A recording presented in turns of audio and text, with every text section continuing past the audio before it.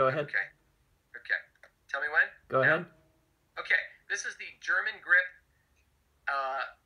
AB motion in 3 parts. And again, the idea is that each part teaches you more and more of the motion, and part 3 incorporates everything from the first 2 parts. So the first part is, imagine again, you're opposite from me, so for everybody else, it's going to be your right hand.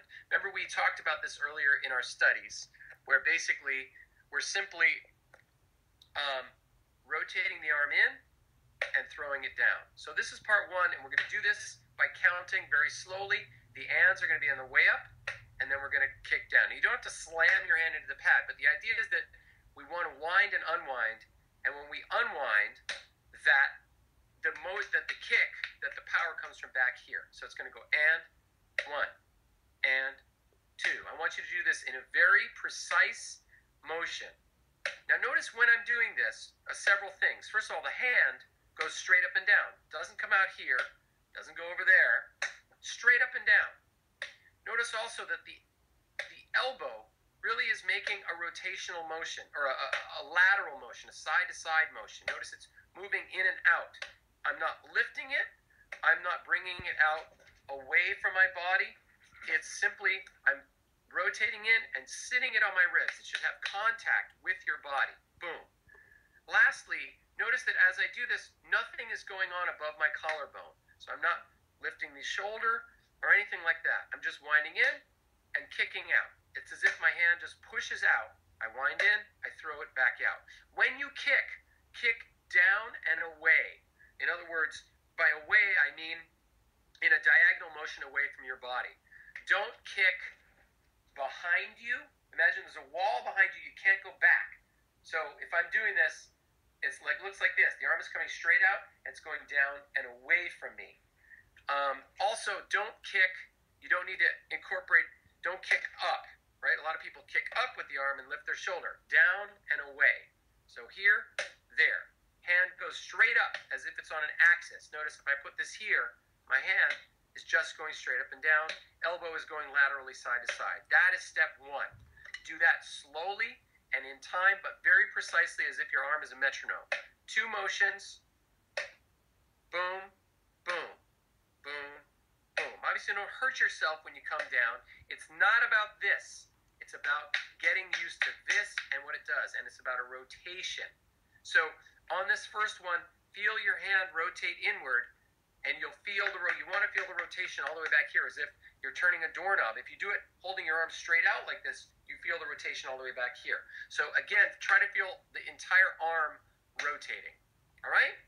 Step 2 now. Same thing, but instead of turning your hand, you're going to let your hand simply fall as if I put a drumstick underneath on the way up and pushed it up, and it's just flops.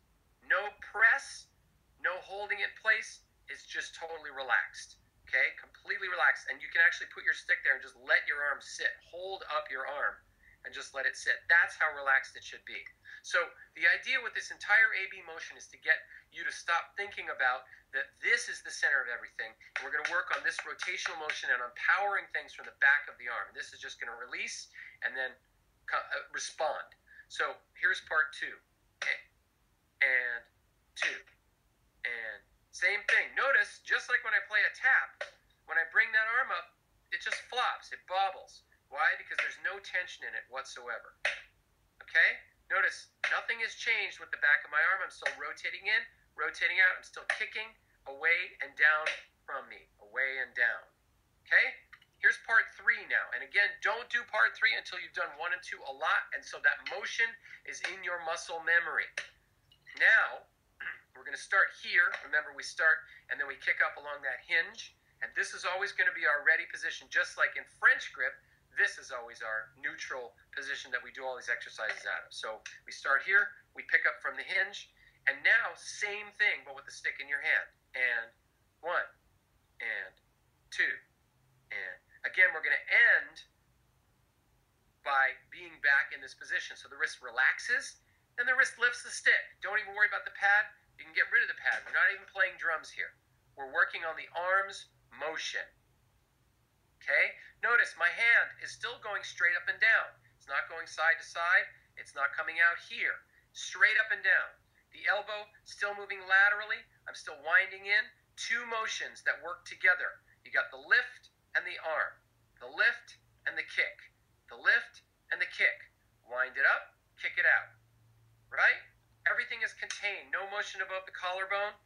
Everything is contained. Everything's within my batter's box. Everything is in front of me. Everything is up and down. Remember, when your elbow comes up, it should not be way out here. It should be just sitting on your ribs. So this is another view. Make sense? Mm-hmm. Easy peasy. Okay?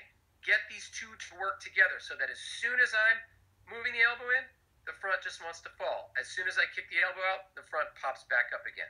What is the front of the arm doing? It is doing the tap. It is simply playing a tap. What did we do when we played a tap? We let go and let the wrist fall, and then we kicked up and brought it back up. In this motion, the wrist is falling, the wrist is lifting. You're playing a tap with the wrist. Okay?